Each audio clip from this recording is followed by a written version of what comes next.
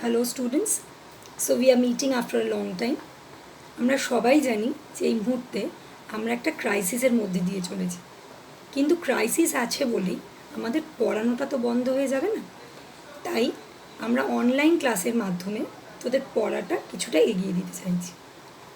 ওকে, তো একটা জিনিস আমাদের প্রথমেই মনে রাখতে হবে, now because of this corona situation we have really স্লোড down. আমাদের ক্লাস যেহেতু অনলাইনের মাধ্যমে হচ্ছে, আমরা খুব ফাস্ট গেলে তোদের কিন্তু বুঝতে অসুবিধা হবে। সেই জন্যেই আমি লেসেন্সগুলোকে ভিডিওর মাধ্যমে আপলোড করব এবং খুব ছোট ছোট অংশে সেগুলোকে ভাগ করে নিয়ে পড়াবো, যাতে তোদের ফলো করতে সুবিধা হয়। ওকে, তো আজকে আমরা যেটা পড়ব সেটা হচ্ছে অটম বলে একটা কবিতা। এটা হচ্ছে lesson 3। This poem is by someone call John Clare. Now who is John Claire?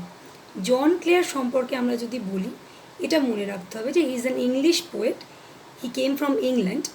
আর ওনার কবিতার যে স্পেশালিটি সেটা হলো হি gives a wonderful description of nature in almost all of his poems.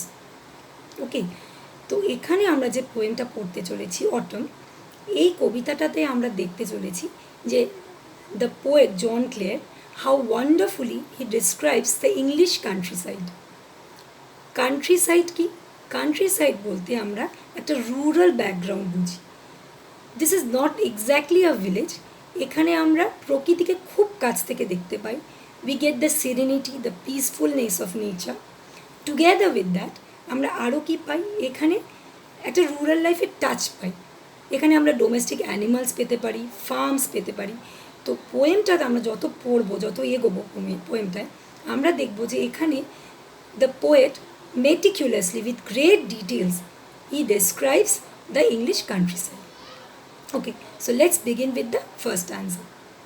First উনি বলছেন, I love the fitful gust that shakes the casement all day, and from the mossy elm tree takes the faded leaves away, twirling them by the window pane with thousands others down the lane.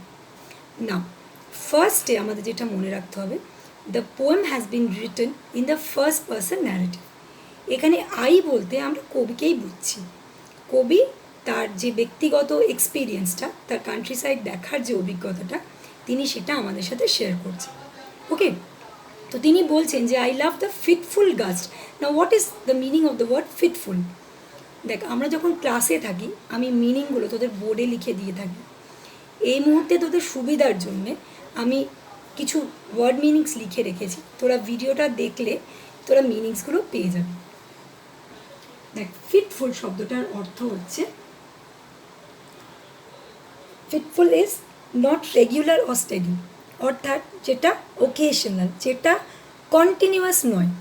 R gust মানে কি? Gust is a sudden strong rush of wind, অর্থাৎ এখানে কবি বলছেন যে উনি যে বাতাসটা দেখছেন বা ফিল করছেন, সেই বাতাসটা কিন্তু টানা আসছে না, ইন্টারমিটেন্ট, ওকেশনালি বাতাসটা আসছেন। And what is that wind doing? That is shaking the casement all day. Now what is a casement? Casement is a large window. Okay, now large window ব্যাপারটা কি? দেখবি অনেক পুরনো বাড়িতে আমরা দেখতে পারি যেখানে বিশাল বড় বড় জানালা থাকে, সেই জানলাগুলো অলমোস্ট দরজা সাইজ হয়। ওকে, মানে দরজা আর জানলার মধ্যে কোনো একটা ডিফারেন্স থাকে না। ডিফারেন্সটা কোথায়? না, ডিফারেন্সটা হচ্ছে তাদের ইউটিলিটিতে, কীভাবে আমরা তাকে ব্যবহার করছি। Okay, so casement is nothing but a large window. তো কবি কী বলছেন? তিনি যেখানে বসে আছেন, তিনি ফিল করছেন যে ঝড়ো যে বাতাসটা, সেটা এসে তার কেসমেন্টটাকে, সেটাকে ধাক্কা দিয়ে চলে যাচ্ছে। And from the mossy elm tree takes the faded leaves away. Now mossy মানে কি? আচ্ছা, ফার্স্ট অফ অল মস শব্দটার সাথে আমরা পরিচিত। মসটা কি? মস হচ্ছে শ্যাওলা। আমরা সবাই জানি যে স্যাঁতস্যাঁতে কিছু জায়গায় সবজে যে ছোটো ছোটো গাছের মতো জন্মায়, সেটাকেই আমরা শ্যাওলা নামে চিনি। তো কবি কি দেখছেন? কবি দেখছেন যে গাছটা, যে এলম গাছটা, নাও এলম is nothing but the name of a tree, একটা গাছের নাম হচ্ছে এলম। তো এলম গাছটার গায়ে মস জন্মেছে। মসটার নাউন, মসটাকে কবি ওয়াই অ্যাড করে he turns it into an adjective. Okay, তো কবি বলছেন the elm tree is covered with moss, অর্থাৎ গাছটা শ্যাওলা দিয়ে ঢাকা, তাহলে গাছটা পুরনো হয়েছে বেশ। তো সেই গাছ থেকে উইন্ডটা কী করছে, it is taking the faded leaves away. Now what is faded? Faded is colourless.